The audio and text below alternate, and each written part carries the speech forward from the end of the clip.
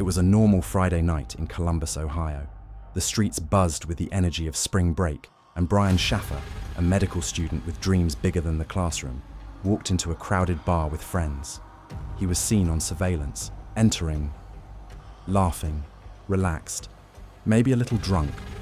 But what happened next would become one of the most baffling mysteries in modern crime history, because Brian Shaffer never came out. Every like, share, and subscription helps keep these unsolved stories alive. Join us in giving a voice to the unheard. Brian Shaffer was 27 years old in April 2006. A second-year medical student at Ohio State University, he was described as smart, charismatic, and deeply loved by friends and family. Life was good, but not without recent pain.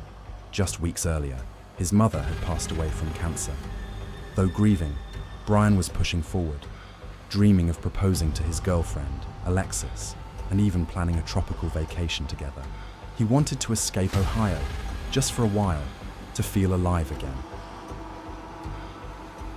On the night of March 31st, Brian met up with his friend William Clint Florence.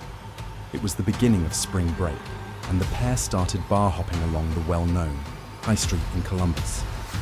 They drank at several bars, enjoying the night like countless students before them. Around 1:15 a.m., they arrived at the Ugly Tuna Saloon, a lively bar on the second floor of a shopping plaza. Surveillance cameras captured Brian at the escalator entrance, walking in with Clint and another friend, Meredith Reed. Inside the bar, things got hazy. The lights, the music, the drinks, and then, somehow, at some point between 1:15 and 2 a.m., Brian vanished. The last confirmed sighting of him was at 1:55 a.m. Security footage showed Brian outside the bar's entrance, chatting with two women before stepping back toward the bar's main doors. From there, nothing. No video of him leaving, no sign of him in the stairwell, no exit footage. It was as if he'd walked into a void. The next morning, Brian's girlfriend, Alexis, tried to reach him. They had plans to leave for Miami in just a day, but he didn't answer. Not that morning, not that afternoon, not ever again. At first, friends thought maybe he had passed out somewhere or decided to stay with someone else.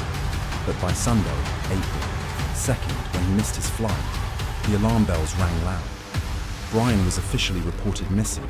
Police quickly reviewed the security tapes. The Ugly Tuna had only two known exits: the main front door, captured by cameras, and a back service entrance used by staff. Difficult to access, and under construction at the time. Footage clearly showed Brian entering the bar. It showed his friends coming and going, but never Brian leaving. Investigators were baffled. Did he change clothes and slip out unnoticed? Did the cameras malfunction? Could he have gone out the back exit, unrecorded? But here's the twist. Every scenario was analyzed. Video was studied frame by frame. Every person seen leaving the bar was accounted for, and none were Brian. It was as if he had evaporated inside the bar itself. Police searched the Ugly Tuna top to bottom, multiple times. No trace, no signs of foul play, no blood, no disturbance, just nothing. They checked nearby dumpsters, rooftops, alleyways, canvassed hospitals, jails, homeless shelters. They reviewed ATM logs, cell phone pings, credit card activity. Again, nothing. Brian's father, Randy Shaffer, was relentless. He plastered missing person flyers across the state. He begged for help on national TV. He explored every theory, including some dark ones. Maybe Brian was murdered inside the bar and his body hidden. Maybe he was attacked while exiting. Maybe he staged his disappearance. Some even whispered about human trafficking, though there was no evidence. Clint Florence, Brian's friend who was with him that night, quickly became a person of interest. Not because he was seen doing anything suspicious, but because he refused to take a lie detector test. Police insisted he wasn't a suspect, but his unwillingness only deepened the mystery. Alexis, Brian's girlfriend, left heartbroken. She kept calling his phone for months, and chillingly, once it rang 3 times before going dead. The phone company chalked it up to a glitch, but to Alexis, it felt like a ghost calling back. In a cruel twist of fate, Brian's father, Randy, died in a freak accident in 2008, a falling tree during a storm.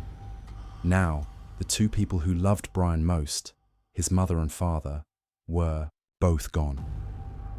Alexis eventually moved on, but Brian's brother, Derek, remained haunted, holding on to hope that one day Brian might walk through the door again. Over the years, sightings were reported. In Atlanta, in Sweden, even in a YouTube video. None were confirmed. The bar closed down. Surveillance technology evolved. New detectives reviewed the case, but no answers came. Some theorists believe Brian committed suicide, unable to cope with grief. Others are certain he was murdered and hidden in a way that evaded detection. A few believe he wanted to vanish, that the pressure, the grief, and the medical career he no longer wanted pushed him to escape. But the truth is, there is no truth we can see. Just a young man, full of life and love, who walked into a bar and never came out. Even today, nearly 2 decades later, Brian Shaffer's case remains open, unsolved. A story whispered across internet forums, cold case podcasts, and true crime YouTube videos.